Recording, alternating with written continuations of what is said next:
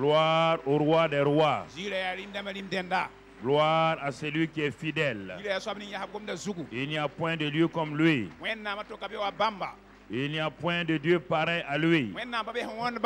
Dans les cieux et sur la terre, il est toujours le meilleur, le superbe. Et c'est pourquoi nous le bénissons. Gloire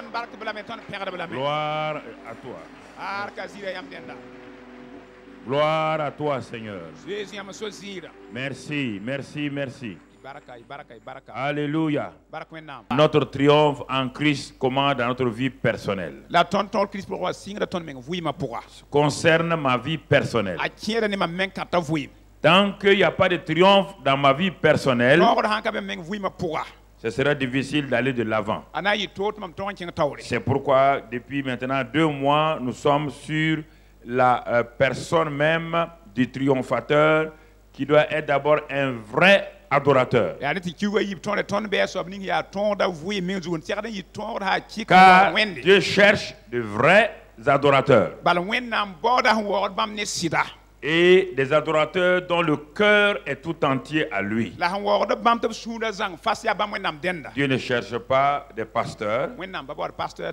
Dieu ne cherche pas des prophètes. Dieu ne cherche pas des chrétiens. Dieu cherche des hommes et des femmes qui sont adorateurs. Et c'est parmi ces adorateurs qu'il va susciter maintenant des pasteurs et autres. Si tu n'es pas citoyen du Burkina Faso, tu ne peux pas faire partie du gouvernement du Burkina. Si tu n'es pas vrai adorateur, pour être positionné dans le gouvernement de Dieu, c'est difficile. Parce que tu peux être un traître quelque part. Et c'est pourquoi pendant tout ce temps-là, c'est 1 mois et demi, 2 mois, nous sommes restés longtemps sur le caractère donc du triomphateur. Un vrai adorateur qui veut dire simplement un homme, une femme dont le cœur est tout entier à Dieu. Non pas un homme parfait, un homme dont le cœur est tout entier à Dieu. Un homme qui n'a pas peur de livrer son cœur à Dieu.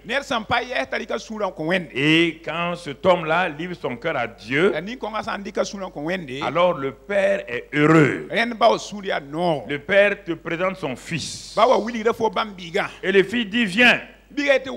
Comme tu adores mon Père et ton cœur est tout entier à mon Père, je vais faire de toi mon ami. Et c'est le vrai adorateur qui devient un véritable ami de Jésus le Fils.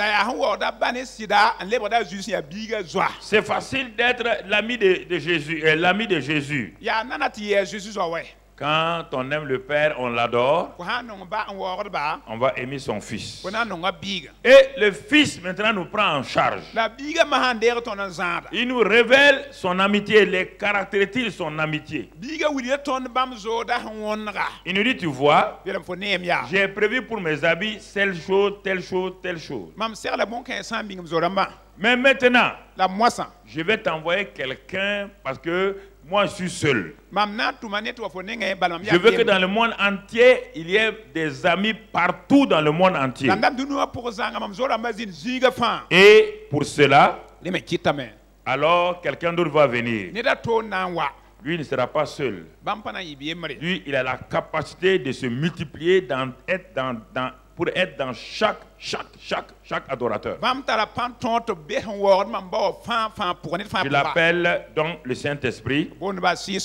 Il n'a pas de nom. Il faut l'accepter, il s'appelle Saint-Esprit. Mais il répond à mon nom. Le secret de ce Saint-Esprit, ce n'est pas un nom. C'est une qualité. Il est esprit, saint. Il doit avoir un nom. Mais il a caché, ce nom est caché. Et ce n'est pas important. Il suffit de m'appeler Jésus. Quand tu m'appelles Jésus, le Saint-Esprit répond. Il répond simplement. Et tu sauras, c'est ça. Et le Saint-Esprit vous prendra en charge. pour te permettre de marcher comme mon ami et d'être un vrai adorateur du Père. Il le fait comment? Lorsque tu commences à connaître sa communion. Dans communion, il y a commun. Il y a communication. Il y a tout ça là. Quand tu vas apprendre à communiquer avec lui en développant ta relation étroite, en le reconnaissant comme le Seigneur de ta vie, comme le Seigneur du corps de Christ. Alors en ce moment-là, tu vas commencer à nous découvrir, nous tous, le Père et le Fils. Tu vas découvrir que le Père et le Fils sont déjà en toi. Ils vivent en toi. Et c'est le Saint-Esprit seul qui fait ça. Nous sommes au ciel, mais le Saint-Esprit amène notre présence quotidienne en toi. Et tu commences alors à marcher dans la plénitude de la révélation de la divinité. Et c'est là-bas où nous sommes arrêtés le dimanche passé. Ce dimanche, nous allons continuer toujours dans cet esprit avec le Saint-Esprit. Donc, c'est lui qui est avec vous sur la terre. Alors, il va faire de telle manière que sa communion avec vous soit développée de façon profonde. Et c'est pourquoi aujourd'hui, nous allons voir, le titre, c'est possible de vivre dans la communion permanente du Saint-Esprit. Ce n'est pas une chose ponctuelle. Non. Ce n'est pas une chose qui arrive de temps en temps. Non. Parce qu'on dit qu'il demeure. Quand quelqu'un passe sur vous, quand quelqu'un vous visite, c'est différent.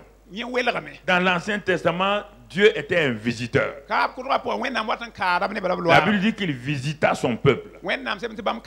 Il a visité Anne. Il a visité Sarah. Il a visité Abraham. Il visita les enfants du peuple de Dieu. Mais il n'est pas resté. Avec nous, il n'est pas un visiteur. Avec nous, il demeure. Il demeure. Et quand on dit voici la demeure de quelqu'un, ce n'est pas une chambre d'hôtel. Une chambre d'hôtel n'est pas ma demeure. À moins que j'achète la chambre là pour en faire une demeure. La demeure, c'est là où vous trouvez quelqu'un. Où vit quelqu'un. Et là-bas, il est dans sa simplicité. Là-bas, vous pouvez le trouver en culotte. Là-bas, vous pouvez le trouver, comment il vit, vous pouvez le trouver, il n'est pas masqué. Dieu dit que je ne veux pas être un visiteur. Parce que si un grand visiteur vient chez vous, vous allez tout masquer. Vous allez nettoyer, vous allez habiller les choses pour masquer les choses. Mais quand quelqu'un demeure chez vous, au bout de 3 mois, il découvre que vous avez trop masqué beaucoup de choses. Ah, le Saint-Esprit, c'est ça. Il vient demeurer en nous et il commence à dire, tu as trop masqué ici, là. Tu as été hypocrite ici, là. Laisse ça tomber. Ça ne m'influence pas. Ça ne peut pas m'épater. Ça peut épater les hommes. Mais pas moi. Je te connais. Vivons ensemble. Parce que tu es l'ami de Jésus. Je suis venu vivre avec toi. Dans l'amitié de Jésus. Et 2 amis, vous connaissez les faiblesses. Je te connais. Apprends à me connaître simplement. Je ne suis pas un juge. Je suis réellement celui qui manifeste l'amour de Dieu en toi. Alors c'est pourquoi, mon frère, ma soeur, c'est pourquoi je dis ce matin là, c'est possible de vivre dans la communion permanente du Saint-Esprit. Alors comment cela se fait? Et c'est pourquoi notre année de triomphe là, on est en train de découvrir beaucoup de choses que les chrétiens auraient dû découvrir dès le commencement de leur vie chrétienne. Dans cela, nous allons aller de l'Ancien Testament au Nouveau Testament. C'est là-bas. L'Ancien Testament, c'est la racine. Le Nouveau Testament, c'est la branche et les fruits. Alors, nous allons découvrir que dans la vie chrétienne, il y a deux niveaux de vie spirituelle. Et nous allons comprendre ça en retournant dans... on va prendre Hébreu. Hébreu nous résume déjà l'Ancien Testament. Hébreu chapitre 9. Verset 1 et 2. Regardons Hébreu 9, verset 1 et 2. Qu'est-ce qui est écrit là-bas? La première alliance, on parle de l'Ancien Testament, avait aussi des ordonnances relatives au culte. Et il avait un sanctuaire terrestre, un endroit où Dieu habitait. C'est ça que ça veut dire. Il y avait les ordonnances, il y avait le sanctuaire. Donc Dieu au milieu des hommes. Un tabernacle fut en effet construit. Regardons maintenant. Cette demeure de Dieu là a été construite. Dans la première partie, la première partie, appelée le lieu saint, il y avait les chandeliers, il y avait la table et les pains de proposition. Et mon frère, mais allons au verset, restons là-bas d'abord avant d'aller. Donc, première partie. Donc, pour qu'on comprenne donc, ce que nous voulons développer ce matin. Dieu a donné d'abord des choses physiques pour que nous comprenions les choses spirituelles. Alors, il a dit à Moïse, les gens, moi je suis esprit. Et ils ne sont pas nés de nouveau. Depuis que Adam est parti, là, mon esprit est parti. Et pour me comprendre, il faut être en esprit. C'est pourquoi le vrai adorateur est un homme qui adore Dieu en esprit et en vérité. Il faut les deux choses. L'esprit et la vérité. S'il y a un sans l'autre, tu n'es pas vrai adorateur. C'est pourquoi il a ajouté le mot vrai. Tu peux être un adorateur, mais pas un vrai. Pour être un vrai adorateur, il faut l'esprit et la vérité. Alors il dit à Moïse, tu sais, depuis que je suis parti d'Adam là, les hommes ne peuvent pas me comprendre parfaitement parce qu'ils sont dans la chair. Même quand je viens les visiter, ils ne peuvent pas avoir la révélation.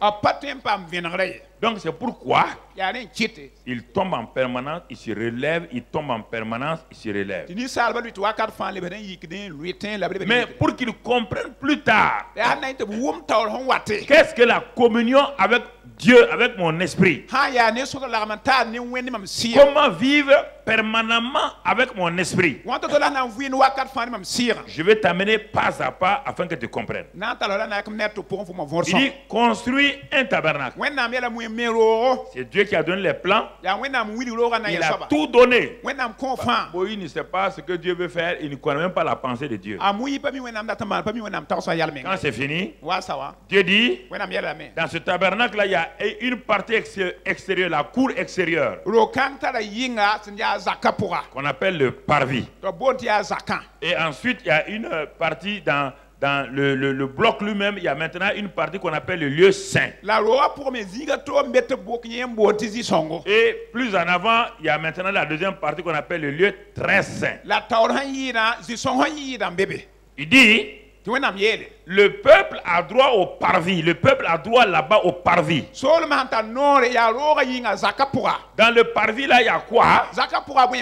Il y a l'autel d'airain, il y a la cuve, il y a toutes ces choses là. C'est là que le peuple vient avec ses péchés. Et le peuple vient dans cet endroit là Et les sacrificateurs viennent à eux et prennent leur sacrifice et les offrent à Dieu. Et ils prennent le sang, la mettent dans une cuve.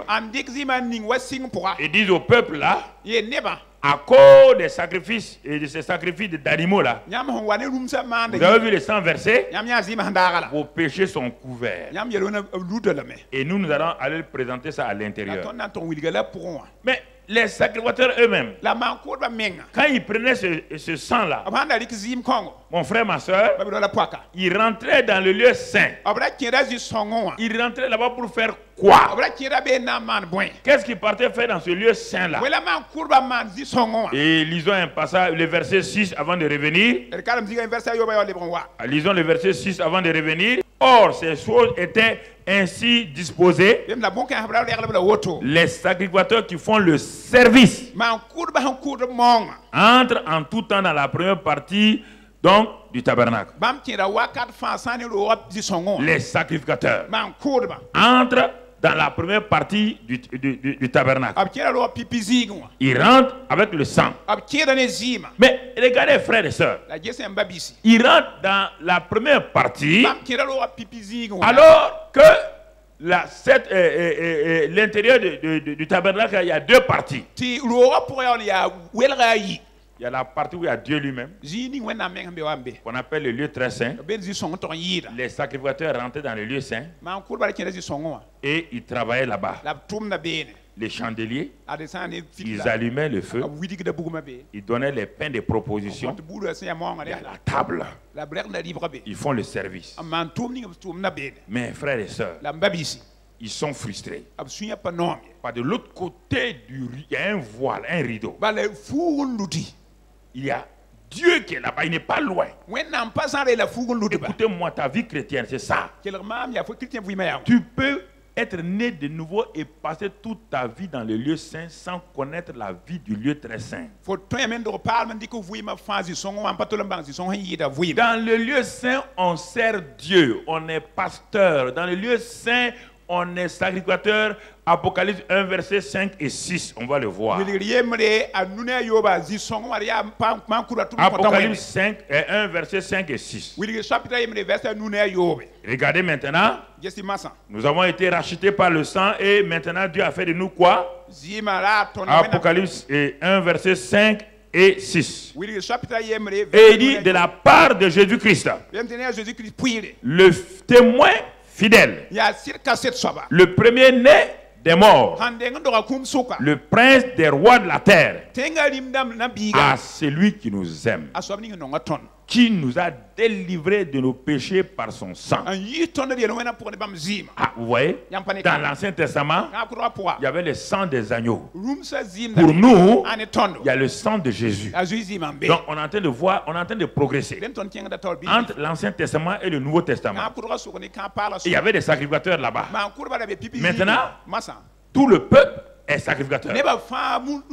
Maintenant, à cause du sang de Jésus, il n'y a pas seulement quelques-uns qui sont sacrificateurs. Les femmes et les hommes, les jeunes et les vieux. Dans la nouvelle alliance, tout le monde est sacrificateur. Dieu nous a établis dans un royaume et il a fait de nous des sacrificateurs. Il y a toujours un problème. Comme dans l'Ancien Testament. Je suis en train de faire le parallèle entre l'Ancien Testament et le Nouveau Testament. Comprenez, suivez-moi très bien. Alors, comme je l'ai dit, on va lire d'abord la suite. On va revenir au verset 3-4. De Hébreux, verset 3-4. Je vais le lire. Derrière le second voile se trouvait la partie du tabernacle appelée le Saint des Saints. Et dans cet endroit-là, il y a l'autel d'or pour les parfums, l'arche de l'alliance, entièrement recouverte d'or. Il y avait dans l'arche un vase d'or contenant la manne, la verge d'Aaron qui avait fleuri, et les tables de l'alliance. Au-dessus de l'arche étaient les chérubins de la gloire, couvrant de leur ombre le propitiatoire.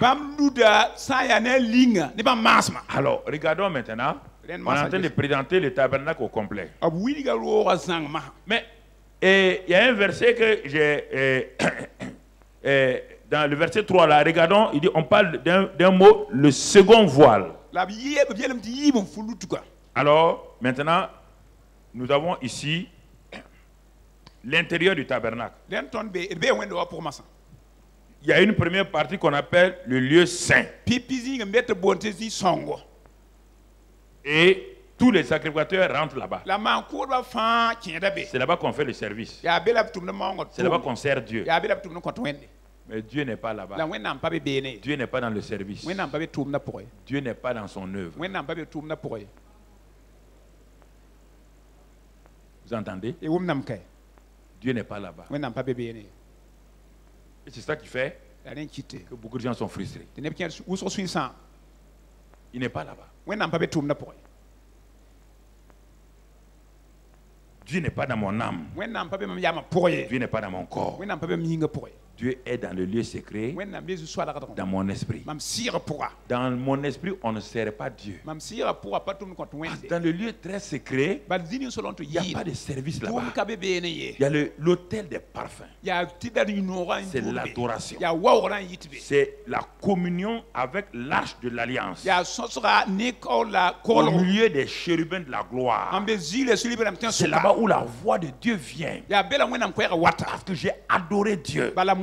C'est pourquoi c'est dans mon esprit. Il dit adorateur en esprit et en vérité. C'est dans mon esprit intérieur que j'adore Dieu, que j'apprends à écouter sa voix. Et c'est là-bas que la gloire de Dieu se manifeste. Mais ces sacrificateurs qui rentrent dans l'Ancien Testament étaient frustrés. Un simple rideau les séparait de Dieu. Un simple rideau. Chaque jour, ils rentrent là-bas. Chaque jour, ils font du bon travail. Ils font du bon travail. Mais sans Dieu.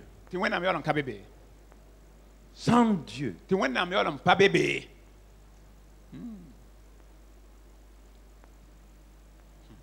Il savait que derrière ce rideau-là, le rideau n'est pas loin. Il est à côté d'eux. Ils arrivent parce que le chandelier n'était pas loin du rideau. Mais c'est derrière le rideau qu'il y a l'autel des parfums, il y a l'adoration. Le service n'est pas loin de l'adoration, mais l'adoration et le service sont loin l'un de l'autre à travers un voile. On va aller pour que tu comprennes. Donc ça veut dire quoi? Ça veut dire simplement Dieu veut que tu viennes vers lui. C'est pourquoi il permet aux sacrificateurs de rentrer dans le lieu saint. Dieu les appelle à venir à lui. Mais quand ils arrivent là-bas, ils sont bloqués. Par quoi? Par un voile. Et ils n'ont pas le droit d'ouvrir le voile là par leurs mains. S'ils ouvrent ça, ils meurent. Donc, ils étaient frustrés. Oh Dieu, tu nous appelles à la communion avec toi. Et en même temps, tu nous as interdit. Ça, c'est les deux aspects de la vie chrétienne. Beaucoup de gens servent Dieu. Ils sont frustrés parce qu'ils ne sont pas dans la communion avec Dieu. Qu'est-ce qui les empêche? Le voile. Et le voile, c'est quoi? C'est la chair. C'est ta chair.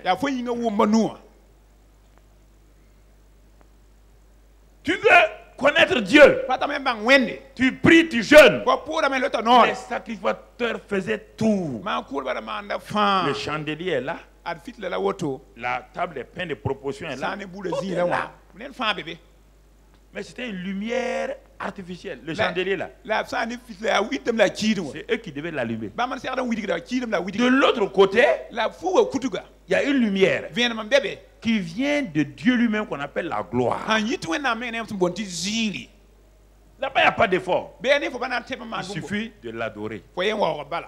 Si tu arrives à franchir le voile de ta chair, là, tu rentres dans la communion permanente avec ce Dieu qui est dans ton esprit. Mais ta chair t'empêche régulièrement d'entrer là-bas.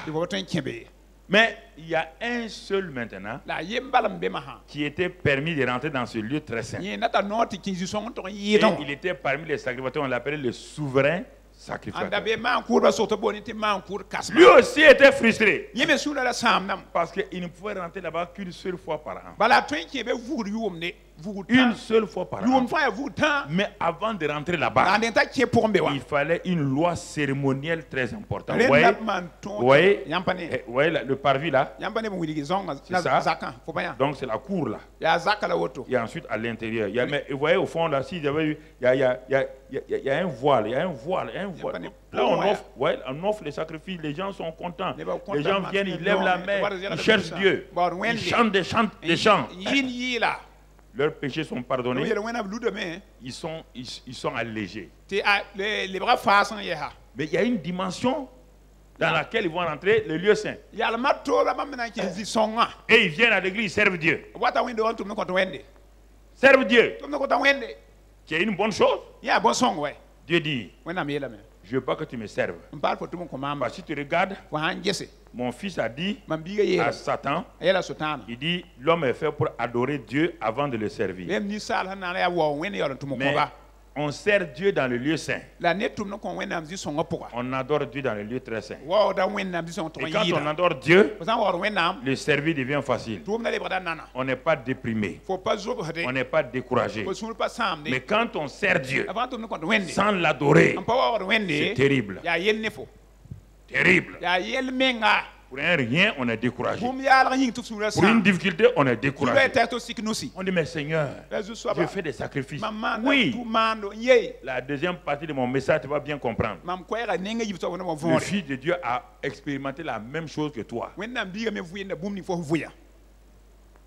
Tu comprends? Pour être triomphateur, on est en train d'arriver maintenant à un point crucial. C'est le voile là. Le voile ta chair. Deux étapes de vie chrétienne. La vie sainte. Et la vie du lieu très saint. Où là-bas il y a Dieu. L'effort humain ne compte pas. Seule l'adoration, c'est livré à Dieu. Quand tu franchis la barre du voile, tu rentres dans le repos. Tu rentres dans le repos. Tu rentres dans le repos. Tu comprends, mon frère, ma soeur? C'est ça qu'on parle ici. Donc, c'est pourquoi ces sacrificateurs-là étaient permanemment frustrés. Quand ils arrivaient à la maison le soir, ils disent à leur femme, je suis rentré dans le tabernacle aujourd'hui 10 fois. 10 fois j'ai été frustré. Dieu est à côté là, je suis allé très proche, je me suis même approché du rideau là. Mais je ne pouvais pas voir Dieu de l'autre côté. Pourtant, je sais que ce Dieu m'appelle à cette vie de repos. Et pourquoi la plupart d'entre vous, vous jeûnez, vous priez? Parce qu'il vous manque ce repos-là. La vérité, c'est le repos qui vous manque. Et c'est pourquoi vous voulez que vous êtes content quand vous partez jeûner et prier. Pas vous êtes encore dans votre chair, dans votre âme, vous ne vivez pas dans votre esprit. Vous ne vivez pas dans votre esprit, vous vivez. Dieu est où? Celui qui s'attache à Dieu est avec lui, hein? Dieu est esprit. Il est dans quelle partie de ton être? Dans ton esprit. Mais tu ne sais pas comment vivre la vie de l'esprit. C'est pourquoi tu répètes beaucoup de services, beaucoup de jeûnes et de prières. Beaucoup de bonnes œuvres. Tu sers Dieu. Tu es consacré. Formidable. Mais quand tu arrives le soir dans ton lit, Dieu, où es-tu? Tu es frustré. Et ta chair t'amène à vouloir chercher autre endroit pour te reposer. Parce que tu sais qu'il y a quelque chose qui te manque. C'est cette communion permanente du Saint-Esprit. C'est ça qui te manque. Et c'est pourquoi tu es prêt à parfois à... C'est ça qui a développé toutes ces souffrances dans l'église. Les gens font toutes sortes, comment vous appelez ça, les pénitences, les quoi. C'est ça. C'est ça. Ils sont prêts à aller se sacrifier. Parce que l'homme, sa vraie dimension, c'est la partie spirituelle. Et cette partie-là, c'est cette partie qui connaît Dieu. L'âme connaît le monde sentimental, le monde mental. Le corps connaît le monde physique. Le corps est satisfait. Parce qu'avec ses 5 sens, il peut manger, boire et regarder ce qu'il veut. S'il veut entendre la musique, il écoute la musique. Ce qu'il veut manger, il mange. Ce qu'il veut sentir, il le sent. Le corps est satisfait. Mais l'âme n'est pas satisfaite. Mon frère, ma soeur et mon esprit. Lui, le problème, c'est qu'il a accueilli la présence de Dieu. Et c'est lui qui doit travailler. On ne veut pas travailler. Il est au chômage. Il est au chômage.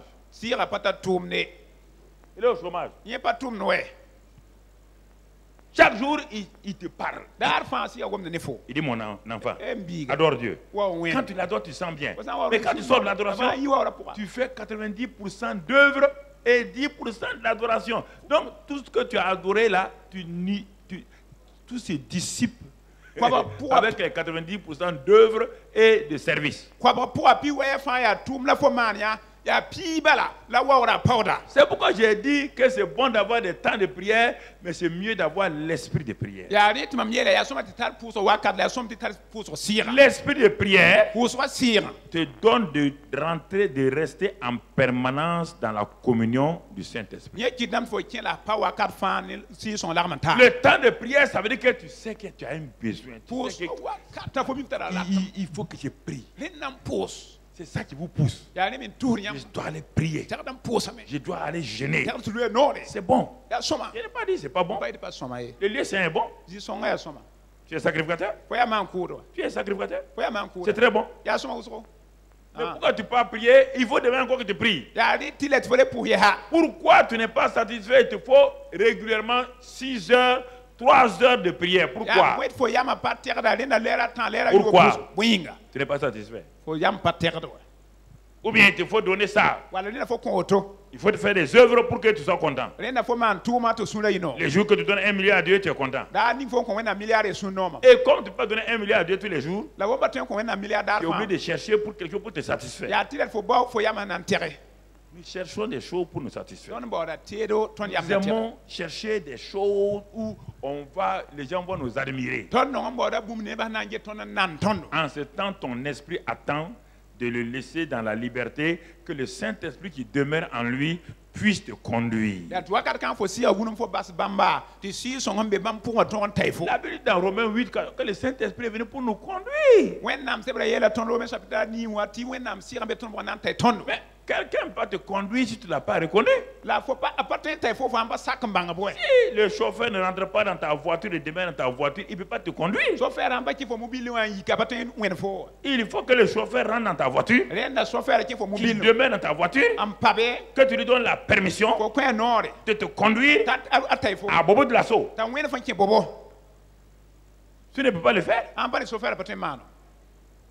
Il ne peut pas le faire. Tu as beau avoir le meilleur des chauffeurs, il ne te conduira pas à Bobo parce qu'il ne sait pas ce que tu veux. Donc, frères et sœurs, c'était cette vie, il a dit la première alliance. C'était ça. Mon frère, le voile, la chair. Regardons et toujours maintenant, allons au verset 7. Dans Hébreux 9, toujours verset 7. Non, verset 6 même. Or, ces choses étant ainsi disposées, les sacrificateurs qui font le service entrent en tout temps, vous entendez, dans la première partie du tabernacle. Et dans la seconde, le souverain sacrificateur seul entre une fois par an. Regardez les deux expressions. Tout temps, une seule fois. Ça veut dire qu'il y a une insatisfaction. Et quand il sortait de là-bas, les gens voyaient qu'il avait rencontré Dieu. Quand le souverain sacrificateur sortait, du peu de temps qu'il a passé avec Dieu là, il a parlé avec Dieu là, tout le monde était content.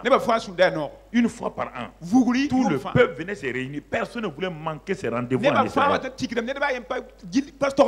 cette fête qu'on appelle le Yom Kippour, la fête des expiations.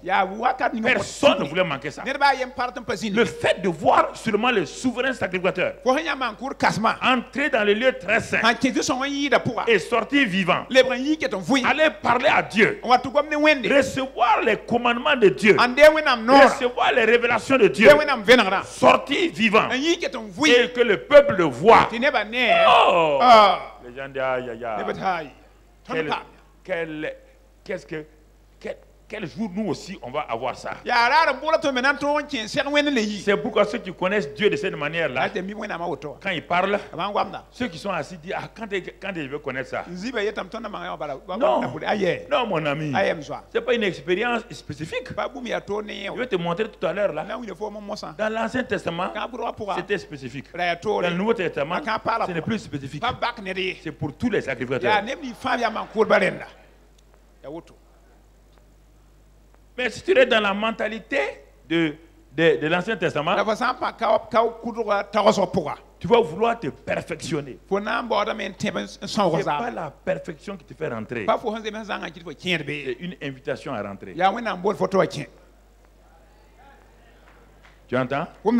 Si un chef d'État invite même le plus malheureux du pays, là, il peut rentrer là-bas. Dans sa maison. C'est ça que Dieu fait. Tu comprends? Alors, on va progresser. On va aller, maintenant, on va progresser pour aller vers le Nouveau Testament. Mais nous sommes toujours dans le Nouveau Testament. Nous sommes dans... Mais c'est Hébreu, et le livre d'Hébreu nous raconte, nous résume tout l'Ancien Testament. Verset 8. Regarde une expression là-bas, verset 8. Il est écrit là-bas, le Saint-Esprit montrait par là que le chemin du lieu très saint n'était pas encore ouvert tant que le premier tabernacle subsistait. Tant que le premier tabernacle avec ses sacrifices d'animaux existait, avec ses cérémonies et rituels existaient, le chemin du lieu très saint n'était pas ouvert. Non, c'était fermé. Parce que le sang des boucs et des taureaux ne pouvait pas ouvrir permanemment le lieu très saint. Qui a permis qu'une seule fois. Tu vois, le souverain sacrificateur, il est là-bas. Il est rentré dans le lieu très saint. Il est seul là-bas. Il est dans la présence de Dieu. Regarde la présence, la gloire de Dieu. Est-ce que tu vois une lampe? La lampe de l'autre côté. Ce n'est pas la lampe de chandelier qui éclaire le lieu très saint. Ce n'est pas la lumière artificielle. C'est la gloire de Dieu qui éclaire le lieu très saint. Et c'est pourquoi notre esprit a été éclairé. Pour que de là-bas maintenant, nous sortons de là-bas régulièrement pour affecter notre âme et notre corps. Notre âme et notre corps doivent être soumis à notre esprit. Et c'est le contraire que nous faisons. Nous partons maintenant, comme l'Ancien Testament, du corps pour aller là-bas. Mais on n'a pas la force pour aller du corps à l'âme et de l'âme à l'esprit. Avec Dieu, c'est le contraire. L'esprit traverse l'âme et restaure le corps. Et maintenant, ça se manifeste. C'est pourquoi l'homme ne peut pas aller vers le ciel. C'est Dieu qui est descendu du ciel vers l'homme. Triomphateur. En Christ. Ce Christ-là, qu'est-ce qu'il a fait pour me mettre dans ce triomphe-là? C'est ça qu'on est en train de voir encore ce matin. Oui. Partout on le voit. Pour que je triomphe à la croix, c'est lui. Partout, c'est lui. Si vous l'enlevez, il n'y a plus rien. Nos prières, nos jeûnes ne feront rien. Ce qui est important, c'est ce Christ-là. C'est pourquoi notre année en Christ-là, c'est le mot premier important, c'est Christ, ce n'est pas le mot triomphe. Si tu ne sais pas ce qu'il est, ce qu'il a fait et ce qu'il te donne, tu perds ton temps. Ne mets pas l'accent sur le mot triompher d'abord. C'est pourquoi je parle d'abord du caractère du triomphateur. Le caractère du triomphateur est lié au caractère de Christ. Il n'y a pas de séparation. Il n'y a pas un triomphe sans Christ. À n'importe quel aspect de ta vie. Il n'y a pas de triomphe sans Christ. Jamais, mon frère. Jamais, ma soeur. Tu as beau jeûner et prier, il n'y aura pas de triomphe. Le triomphateur, ce n'est pas quelqu'un qui jeûne et prie et a des résultats sans Christ. Ce n'est pas possible. Pas de triomphe, frère. La vie supérieure qu'on appelle la vie du lieu très saint. Mon frère, ma soeur, c'est une vie qui est d'abord liée à Christ lui-même. Et dans à ce moment-là, notre chair a été vaincue et notre esprit est en permanence avec ce Seigneur-là. Alors, les années se sont découlées. 1500 années. Depuis que Moïse a eu la loi, 1500 années se sont écoulées. Chaque jour, les sacrificateurs vont pour rencontrer Dieu. Chaque jour, le voile les empêche. Ils pleurent, ils jeûnent. Cette fois-ci, peut-être le voile va s'ouvrir devant moi. Ils crient, ils pleurent. Le voile va s'ouvrir devant moi aujourd'hui. Combien de fois tu as jeûné et prié pour ça? Tu dis, ah Seigneur, je veux ta présence. Tu as chanté toutes sortes de chants. Tu as prié et jeûné. Tu sors avec quelques tremblements. Tu sors avec quelques joies. Tu sors avec quelques repos artificiels qui se font au soleil comme le beurre au soleil. Dès que tu sors, le petit problème que tu as à la maison, à cause de ta femme, déjà tout est parti. Pourtant, il n'a rien fait de mauvais. Mais, parce que ça te montre que tu es du beurre. Les expériences là, c'est le beurre. Et tout beurre au soleil se font rapidement. Et en ce moment, les chrétiens sont frustrés. 1500 années, 1500 années. Les gens ont dit, bon, abandonnons. Et c'est pourquoi les scribes et les pharisiens ont inventé de nouvelles lois. Puisqu'ils ne peuvent pas faire rentrer quelqu'un dans le lieu très saint. Eux-mêmes ne peuvent pas rentrer dans le lieu très saint. Ils ont inventé beaucoup de choses pour mériter. Le jour du sabbat, tu ne dois pas faire plus de 300 mètres. Tu ne dois pas faire ceci. Tu ne dois pas faire cela. Ils ont inventé des lois plus que Moïse. Mais malgré ça, ils n'ont pas de joie. Mais le peuple dit, mais où ils nous amènent ces gens-là? Non, faites ça. Il faut jeûner, il faut prier, il faut faire des sacrifices, donnez vos dîmes offrandes, sanctifiez-vous tous les jours. Le peuple était là régulièrement. Tout le monde était sincère. Mais ça ne marchait pas. Non, mon frère.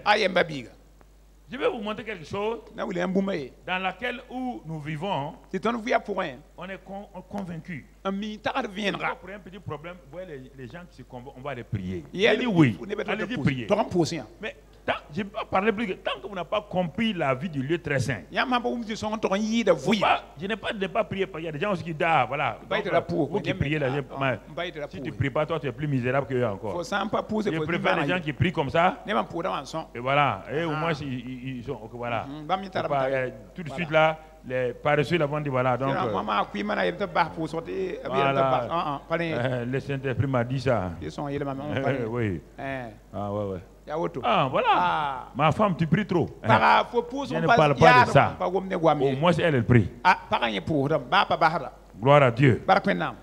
Ce que je vais te dire là, c'est que toi et lui et elle, tu puisses comprendre ce que la vie supérieure du lieu très saint. Alors, un jour, avec toute cette frustration-là, la bonne nouvelle est venue. Un homme apparaît sur la terre, dans la même chair, semblable à nous, et tout va changer. Tout va changer. Un nouveau départ va se manifester. Pourtant, il nous ressemblait. Il nous ressemblait. Romains 8, verset 3. On va aller. Écoute-moi cette partie maintenant. C'est la partie importante de mon message de ce matin. Parce qu'on a été frustrés par l'Ancien Testament. Et ça nous amène dans une vie de sainteté. C'est pourquoi le mouvement de sainteté a eu une grande place dans l'église de Christ après le départ des apôtres. Et aujourd'hui encore, vous voyez, mouvement de sanctification. Et il y a des gens qui crient. Oui, mais ils souffrent. Parce qu'on ne peut pas produire la sanctification par soi-même. Romains 8, 3. Qu'est-ce qu'il dit là-bas? Car chose impossible à la loi. Ah? Chose impossible. Entrer dans le lieu très saint là, chose impossible à la loi. Parce que la chair la rendait sans force. Le voile là, c'est le voile qui, les gens venaient et les gens disent, moi aujourd'hui, voilà, je vais rentrer dans le lieu très saint. J'ai prié, j'ai jeûné. Regardez-moi, je me suis sanctifié. Et il rentre. Il rentre dans le lieu très saint. Il avance. Puisqu'il est vers le rideau là, son cœur fait gougou. Si tu rentres, tu es mort. Hein? Le type il tourne encore. On dit, mon gars, tu es rentré? Il dit, qui est fou? Qui est fou? Dès que j'ai voulu même aller vers le rideau là, mon cœur a fait gougou. On t'a dit. On t'a dit. La chair. La chair. Le voile. Tu comprends? La chair. La chair. La chair là. La chair rendait impossible ces choses.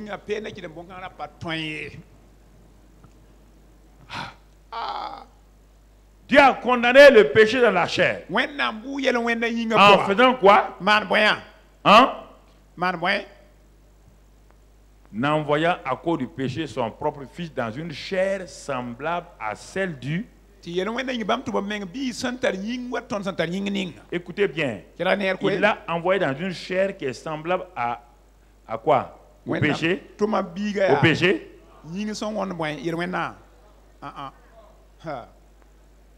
Attention, hein?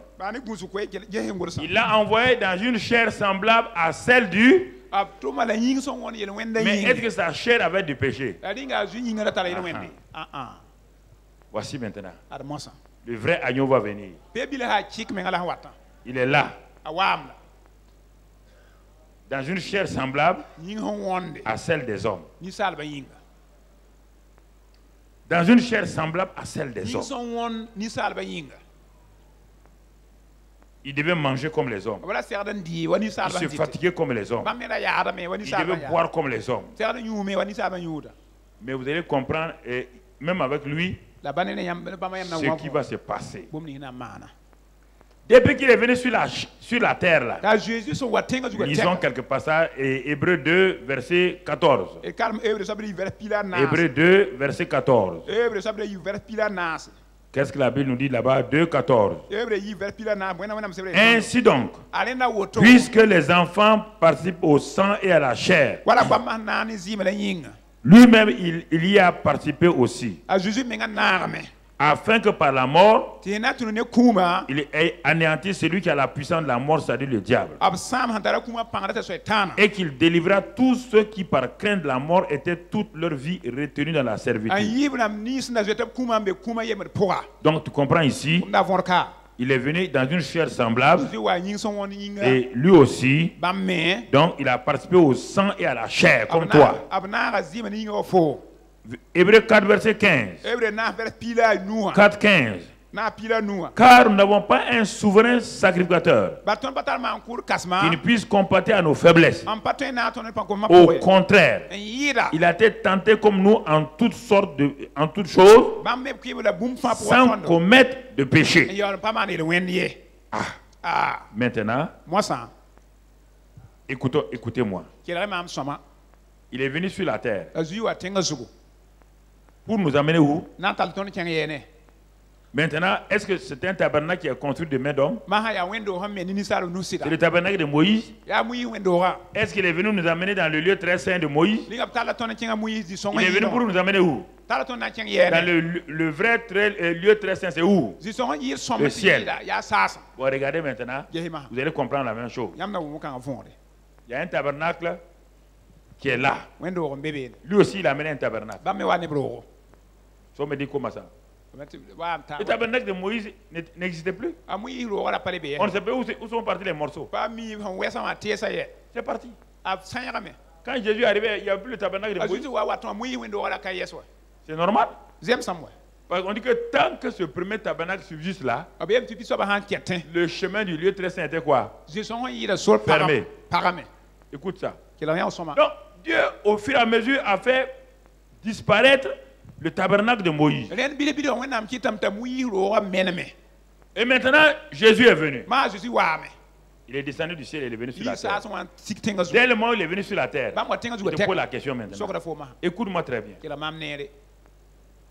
Pour remonter au ciel là, écoute-moi. Dès le moment où Jésus a été fait homme comme toi et moi, pour remonter au ciel, pour rentrer dans le lieu très saint, le ciel, là, le sanctuaire là, est-ce qu'il peut le faire? Hein? Okay. Pourtant, il est venu pour amener ses frères, non? Mais, qu'est-ce qui empêchait ses frères, les hommes, d'entrer dans la présence de Dieu? Qu'est-ce qui les empêchait? Hein? La chair. C'est pourquoi lui aussi, il avait une chair semblable à la... Oui ou non? Mais sa chair aussi était un voile, oui ou non? Même si elle était sans péché, elle était un voile, oui ou non? Ok. Très bien. Est-ce que Jésus pouvait aller au ciel encore? Tant qu'il est venu sur la terre, il pouvait aller au ciel encore? Est-ce qu'il pouvait? Est-ce qu'il pouvait s'arrêter un jour en priant, jeûnant pour dire je vais aller au ciel? Donc comprenez maintenant comment vous êtes bloqué. Il pouvait jeûner et prier pour aller au ciel.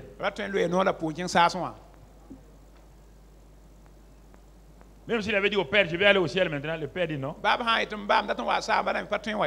Pour entrer dans ma présence, il faut que le voile soit déchiré. Et le voile là, c'est la chair.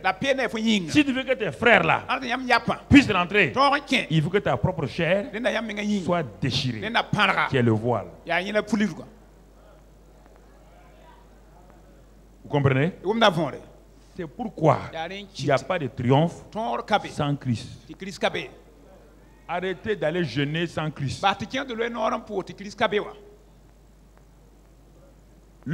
la porte du lieu très saint est fermée par le voile de la chair humaine et Jésus avait une chair humaine. Et regarde maintenant. Regarde. Il a envie de retourner au ciel, mais le Père dit, mais tu es venu pour quelque chose, non? Tu es venu pour que la chair des hommes soit détruite. Hébreux 5, verset 7. Écoute, lui, Jésus, dans les jours de sa chair, tu entends? Quand il était dans la chair, ayant présenté avec de grands cris et avec larmes des prières et des supplications à celui qui pouvait le sauver de la mort et ayant été exaucé à cause de sa piété. Il a prié, il a supplié. Hein? Et il dit celui qui pouvait le sauver. Il a appris bien qu'il fît l'obéissance par les choses qu'il a souffert. Est-ce que tu m'entends très bien? Et qui, après avoir été élevé à la perfection, est devenu pour ceux qui lui obéissent l'auteur d'un salut éternel. Le Fils, il a prié, il a supplié. Le Père dit, le voile est toujours là. On ne peut pas rentrer au ciel. Le péché a souillé le ciel.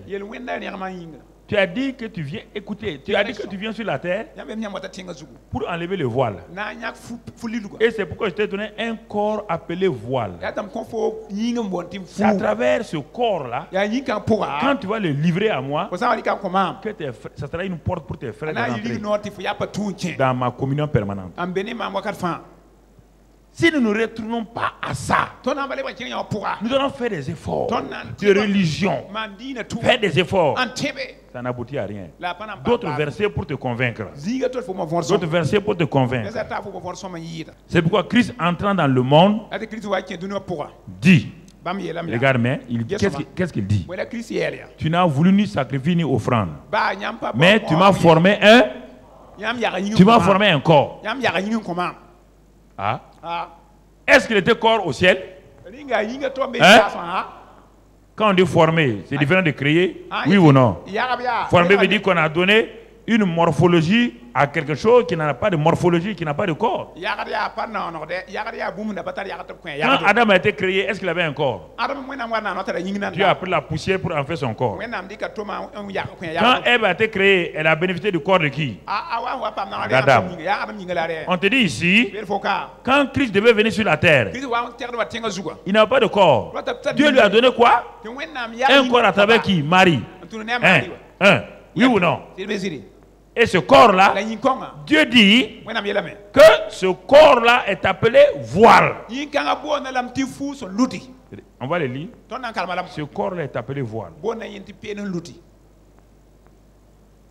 Toi, tu es le souverain sacrificateur. Jésus est souverain sacrificateur. Tu as fait de tes gens-là des sacrificateurs. Mais vous devez officier ensemble dans les lieux célestes. Mais eux, ils ne peuvent pas rentrer. Il ne peut pas rentrer. Et toi-même, tu ne peux plus rentrer. Puisque tu es devenu homme.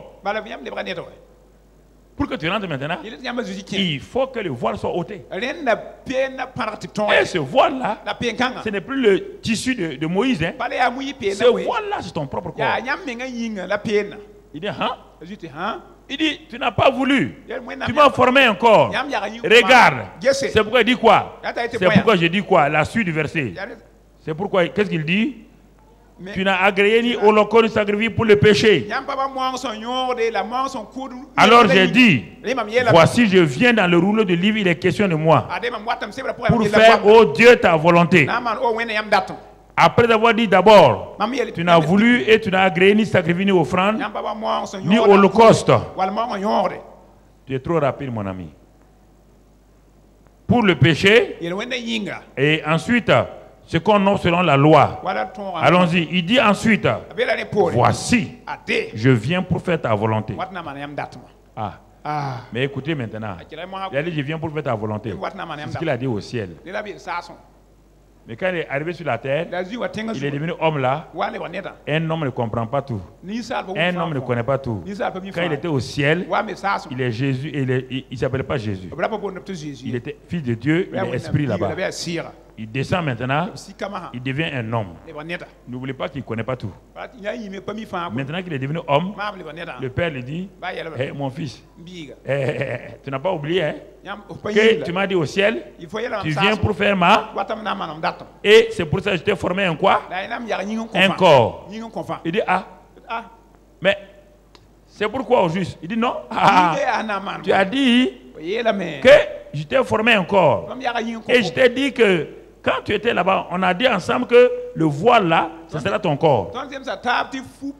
Et que pour rentrer de façon permanente, tu es souverain sacrificateur. Tu veux rentrer tout seul sans les gens? Il dit non. Alors, si tu ne veux pas rentrer tout seul sans tes gens, il faut que tu m'offres ton corps.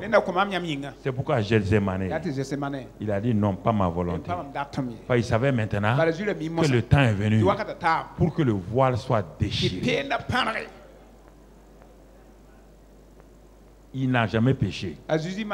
Jamais. Ce n'est pas le corps physique là simplement. Maintenant, ce voile-là, c'est le péché qui empêche l'homme de voir Dieu. Et il a compris qu'il doit devenir péché. Avant que le voile soit déchiré, il faut que ce voile-là soit devenu péché. Celui qui n'a jamais connu le péché, qui n'a jamais péché, va devenir la nature même du péché. Brusquement, il réalise sur la terre maintenant, il réalise que ce qu'il a dit au Père là, c'est trop difficile. C'est pourquoi il amène ses amis à Gethsémani. Venez m'aider. Mais le diable vient. Il frappe Pierre. Il frappe les gens. Ils dorment.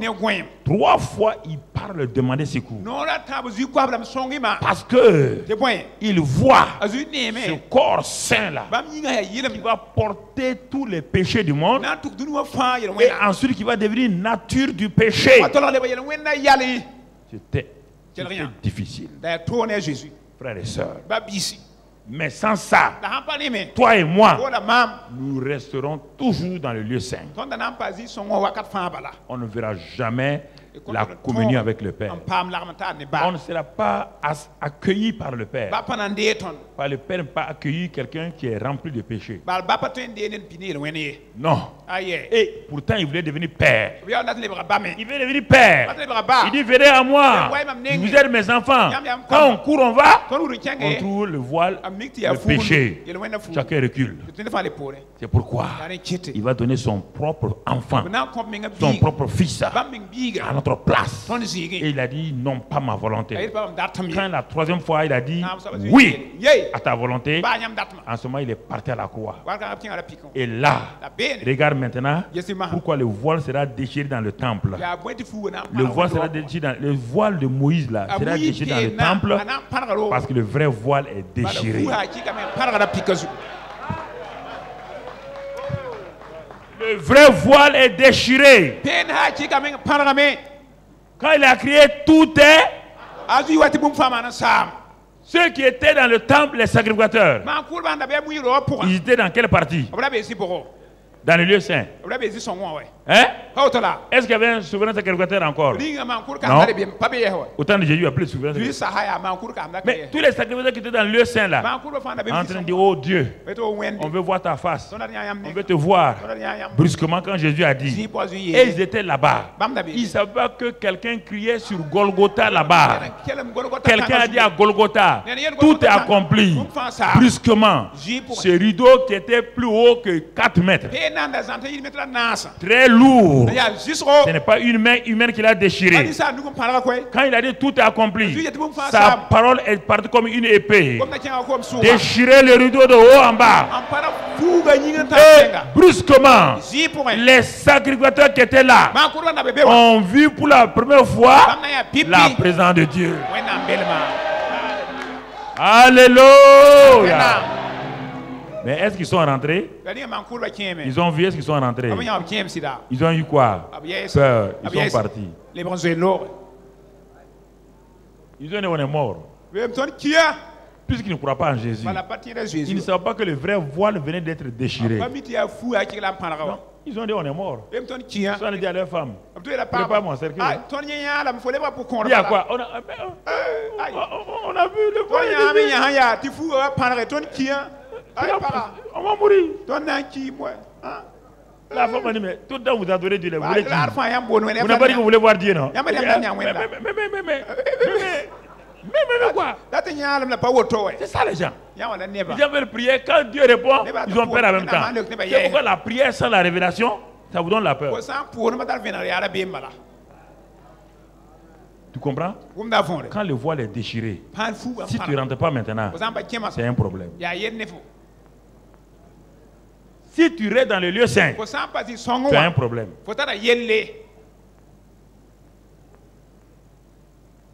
Hey, écoute-moi. Maintenant, il est notre souverain sacrificateur. Qu'est-ce qu'il a fait? Il a pris son sang. Pour aller montrer à qui?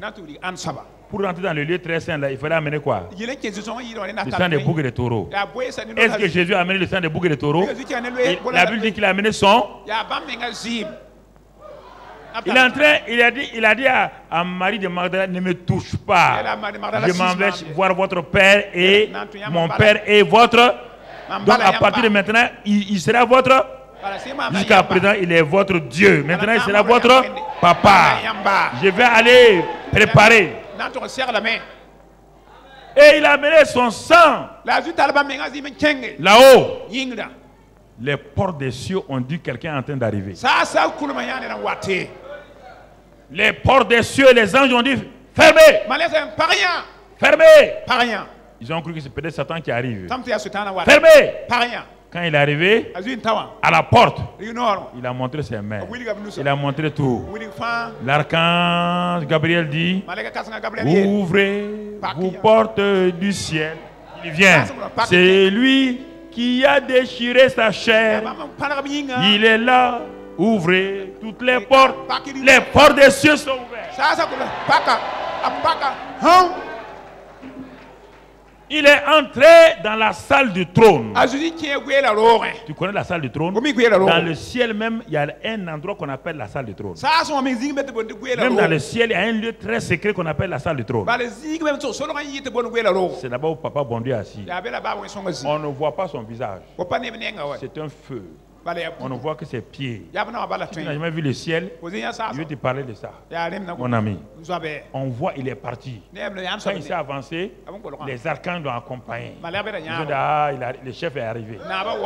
Le vainqueur est arrivé. Le triomphateur est arrivé. C'est lui qui a vaincu la mort, qui a vaincu Satan, qui a vaincu le péché. Il est arrivé. Quand il est arrivé, il a tendu ses deux mains au Père. Il dit, Père, voici le sang que tu as réclamé. Voici le sang pour les hommes. Voici le sang qui devait libérer les hommes. Papa, voici ce sang-là. Et comme Dieu est un juge, comme est un grand juge, il a pris son marteau. Le ciel regarde. Les anges regardent. Il a dit, à cause de ce sang-là, les hommes sont justifiés. Banga. Alléluia.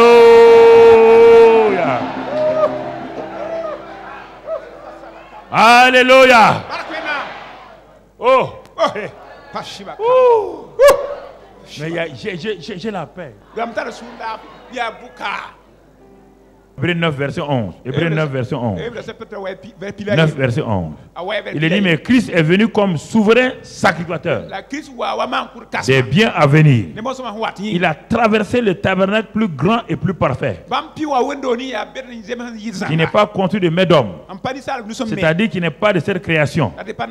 Et il est entré une fois pour tout dans le lieu très saint, non avec le sang des boucs et des veaux, mais avec son propre sang, ayant obtenu une rédemption trimestrielle, une rédemption annuelle, une rédemption éternelle. Éternelle.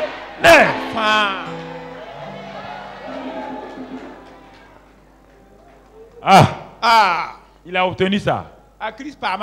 Maintenant, frère, est-ce que tu bénéficies de ça? C'est ça le triomphe là maintenant.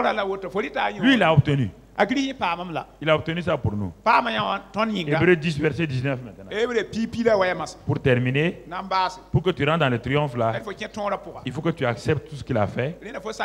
Non seulement tout ce qu'il a fait, mais regarde ce qu'on te dit. Hébreux 10, verset 19. Qu'est-ce qu'il a fait? Ainsi donc. Ainsi donc. Frère. Puisque nous avons au moyen du sang de Jésus une libre entrée où? Je vous pose la question. C'est la prière qui nous fait rentrer là-bas? C'est le jeûne qui nous fait rentrer là-bas? Qui a, au travers du sang de qui? On a une libre. Je vous pose la question. Vous ne voulez pas entrer là-bas. Pourtant, quand Jésus a été crucifié, il a crucifié aussi votre chair. Mais votre âme n'a pas été crucifiée. Votre âme refuse d'entrer dans le triomphe de Jésus. Tu comprends? Reviens. Reviens là, au même verset. Puisque nous avons au moyen du sang une libre entrée dans le sanctuaire. Regardons la suite. Par la route nouvelle et vivante qu'il a inaugurée pour nous. Regardez comment c'est fort. Il a inauguré une route au travers du voile, c'est-à-dire de ça. Voici un village qui se plaint au niveau du gouvernement que leur route est mauvaise. Et il y a trop d'accidents sur la route. Que la route là détruit les camions qu'ils ont achetés. Et ils viennent régulièrement harceler le gouvernement. Et le chef de l'État dit au ministre des Transports, faites tout pour leur donner une route nouvelle. On fait une route bien goudronnée, bien. Et le chef de l'État vient pour inaugurer la route. Et il dit aux villageois, mes frères, mes soeurs, maintenant, voici la route nouvelle et vivante. Cette route nouvelle là, elle est pour vous, pour que vous puissiez vous déplacer comme vous voulez. Elle est pour vous. Mais regardons la suite. La route là est pour eux. Elle est pour eux. Verset, on a eu le verset 21. Et puisque, voilà, et en plus, la route est ouverte. Maintenant, nous avons un souverain sacrificateur établi sur la maison de qui? On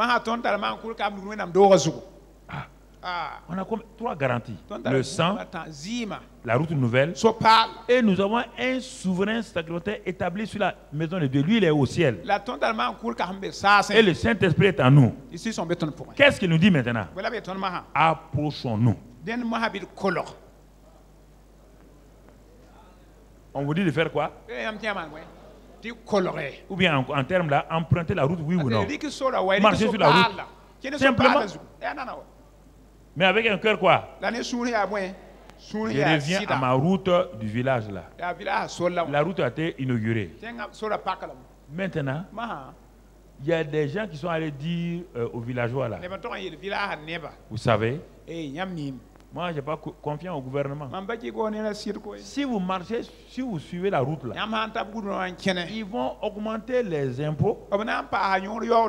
Et puis la route là, tu n'as pas vu, ils ont mis une machine devant là, quelque chose. On appelle ça quoi? Paye quoi? Paye quoi?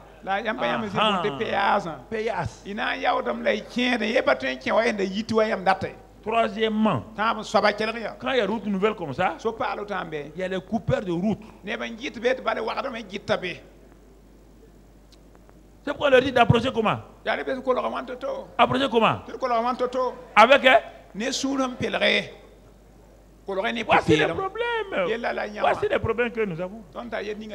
On vérifie. On n'est pas sincère.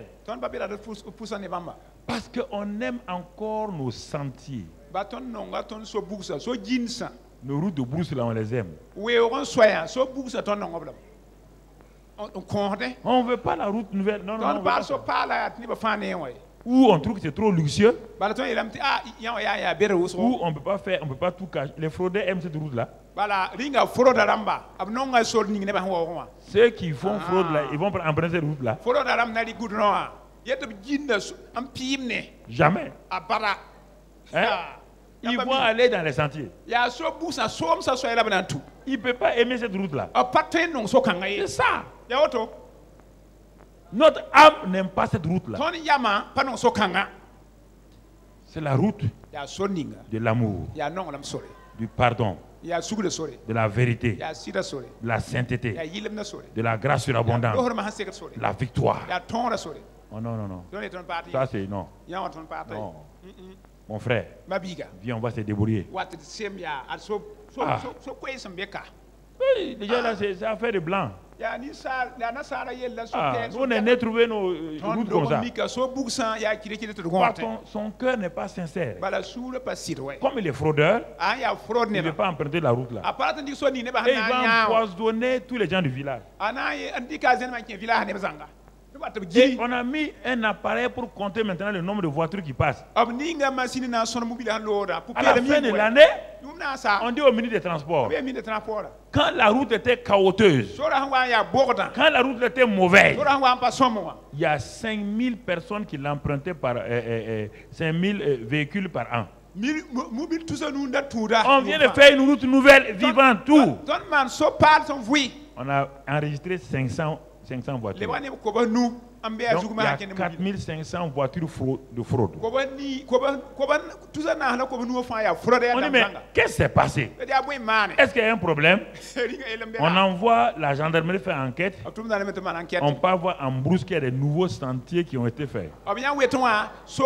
Par qui? Par les fraudeurs. Est-ce que tu es dans la catégorie de ces fraudeurs? Faut pas dire comme ça, hein? Faut pas dire comme ça. Alors pourquoi tu ne suis pas la route de la sainteté, la route de la vérité?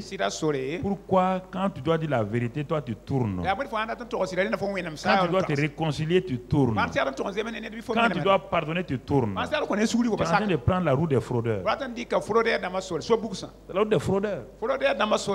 Cette route-là, route de l'amertume, c'est la route des fraudeurs. La route de la haine, c'est la route des fraudeurs. Ce n'est pas la route nouvelle et vivante que Jésus a inaugurée par son sang. Jamais.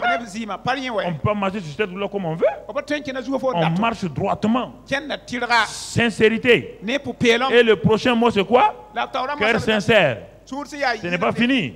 Pas le seul sincère seulement. On va lire la suite. Cœur sincère.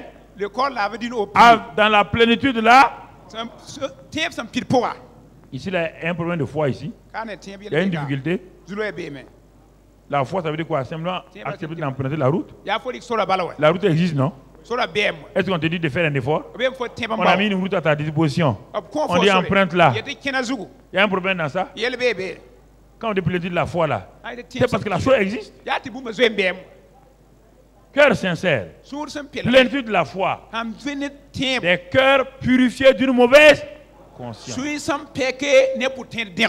ton cœur te condamnait. Mais le sang est là, non? Le sang est toujours là. Sur la route, là, il n'y a pas de sang. Là, il y a un sang. Il y a toujours le sang de Jésus. Jésus a dit, approche-toi. Il a inauguré la route là à travers son sang. Ça veut dire que son sang là pave la route. En marchant sur cette route là, quand ta conscience n'est pas chaude, tu prends ce sang, tu te purifies et tu continues ta route. Est-ce qu'il y a un problème dans ça? Quand tu n'es pas sincère, tu t'arrêtes, tu dis à Dieu, c'est la route où on peut confesser ses péchés. Tu t'arrêtes, tu confesses, Père, je confesse mon péché, et tu continues ta route. Il y a un problème dans ça. Regardez-vous vous-même. Regardez-vous. Vous dites non, que non, Dieu, on ne comprend pas Dieu, on ne comprend pas Dieu. On ne comprend pas un gouvernement qui vient d'inaugurer une route, on vous donne la route cadeau, vous ne l'empruntez pas. On dit qu'on ne comprend pas le gouvernement. Tu vois, non? La route est donnée pour avoir entré chez Dieu là. Hein? Sous le sang, le précieux sang, sous le sang. Le précieux sang, j'ai reçu un cœur sous le précieux sang. C'est le sang qui me, c'est le sang qui me, c'est le sang de Jésus, c'est le sang qui me. Des rois, le Seigneur des seigneurs, son nom est Jésus, Jésus, Jésus, Jésus. Il est, je suis fort, fort, oui, plus que vainqueur, par le sang de Jésus. Je suis fort, fort. Oui, plus que vainqueur, par le sang de Jésus. Tu es fort, fort, oui, plus que vainqueur, par le sang de Jésus. Tu es fort, fort, oui, plus que vainqueur, par le sang de Jésus, mon sauveur. Tu vois, mon frère, ma soeur, retenons fermement la profession de notre espérance. Car celui qui a fait la promesse est... Verset 24. Sur cette route-là, veillons les uns sur les... pour nous exciter à l'amour et aux bonnes... les bonnes œuvres apparaissent où? Sur la route. Nouvelle et quoi? Tu avances ça? Les sacrificateurs faisaient des choses. Est-ce que ça, ils avaient la paix? C'est quand on entre dans la présence de Dieu, qu'on aime la présence de Dieu, dans l'esprit d'adoration, on veille sur les frères et sœurs. Et on les excite à l'amour et aux bonnes œuvres. Verset 25. N'abandonnons pas notre assemblée, comme c'est la coutume de quelques-uns. Oui, maintenant que tu es parmi ceux qui empruntent cette route-là. Non, tu n'abandonnes pas. Nous exhortons réciproquement. Et cela d'autant plus que vous voyez s'approcher le jour. On va s'arrêter. Car si nous péchons volontairement, après avoir reçu la connaissance de la vérité, il ne reste plus de sacrifice pour les péchés. Tu entends? Tu entends l'avertissement? Si nous péchons volontairement, on ne parle pas de mentir. Non, on ne parle pas de ça. On ne parle parle pas de ces choses-là. Ça veut dire pécher ici, c'est pourquoi? Ça veut dire que tu refuses de connaître ce que Jésus a fait. Depuis le verset 19 là, il a inauguré une route nouvelle par son sang. Et il a tout fait. Et on te dit d'avancer, de progresser. Toi, tu dis non. Moi, je préfère mes sentiers. Je préfère mes cachotteries. Je préfère ceci ou cela. On te dit maintenant là. Maintenant, il n'y a pas de route. Est-ce qu'il y a une deuxième route? Il y a une deuxième route? Tu vas aller chez les gens, ils vont pas prier. Ils vont prier où? Il y a une seule route. La route nouvelle est vivante. Il faut arrêter. Sur cette route-là, si tu tombes 1000 fois, tu es relevé. Mais si tu tombes dans les sentiers, sur les sentiers là, les douaniers font quoi? Ils tuent sur qui? Hein? Tu as déjà vu les douaniers, les policiers, les gendarmes tirer sur ceux qui empruntent les bonnes routes? Non. Mais ceux qui sont dans les sentiers bizarres, les braconniers, les fraudeurs là, on tire sur eux. Vous comprenez? Frères et sœurs, arrêtons de braconner, arrêtons d'être faux, ayons le cœur sincère, purifié d'une mauvaise conscience. Ayons ce cœur-là, plénitude de la foi. Par la route est pour nous. Le voile a été déchiré. Le Père te dit, mon enfant, approche-toi de moi. Viens. Viens simplement. Vive dans ma présence. Parce que je t'ai donné mon esprit. Maintenant, mon esprit te donne la victoire totale. Marche dans ça. Ce n'est pas difficile. À condition que tu veux. Mais si tu ne veux pas, tu ne peux rien faire. On va prier. Excellent Père de grâce. Tu nous donnes d'entrer dans la communion permanente du Saint-Esprit. C'est toi qui as produit le vouloir et le faire. Et tu as tout fait pour nous au travers de ta chair qui est le voile. Et tu as crucifié notre voile aussi avec toi, afin que nous ne soyons plus esclaves. Tu nous as ouvert une route nouvelle et vivante, que tu as inaugurée au moyen de ton sang. Et Père, merci de ce qu'aujourd'hui, tu nous donnes d'avoir un cœur obéissant, purifié d'une mauvaise conscience, un cœur sincère, qui croit à ce que tu as fait. Nous voulons, même malgré notre faiblesse, nous voulons marcher sur cette route. Malgré notre faiblesse, nous disons Seigneur, je suis en route en Canaan, je suis en route même dans ma faiblesse, je marche dans ma faiblesse, et sachant une chose, que celui qui est fort, celui qui est puissant là, il est avec moi. Celui qui a tout accompli est avec moi. Père, que ta grâce nous accompagne dans cette année, notre triomphe en Christ, que nous voyons Christ, rien que Christ, nous marchons avec lui par la communion du Saint-Esprit, et que le Saint-Esprit, notre conducteur, nous garde et nous dirige au nom de Jésus. Amen. Amen. Amen.